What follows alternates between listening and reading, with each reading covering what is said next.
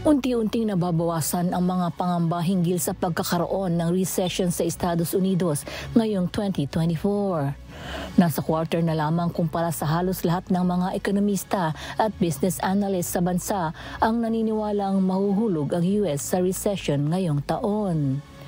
Gayunman, batay sa National Association of Business Economics Survey na inilabas kamakailan, inaasahan pa rin ang year-over-year inflation sa 2024.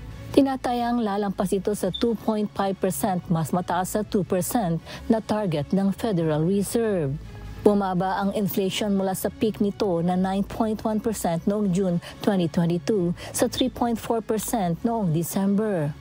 Inihinto na ng US Federal Reserve ang pagtataas ng rates at ipinahiwatig na inaasahan nito ang pagbaba ng rates ng 3 ulit ngayong taon.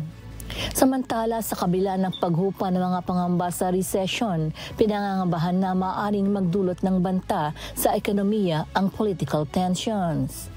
Kabilang na ang posibilidad ng pagkakaroon ng alitan sa pagitan ng China at Taiwan.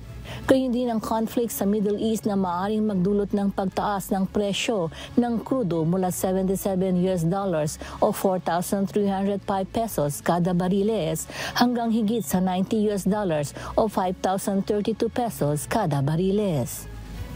Bukod pa rito, pinangangabahan rin ang posibilidad ng pagkakaroon ng political instability sa US bunsod ng idaraos na presidential election sa taong ito. Christy Rosasia, humahataw sa balita ngayon.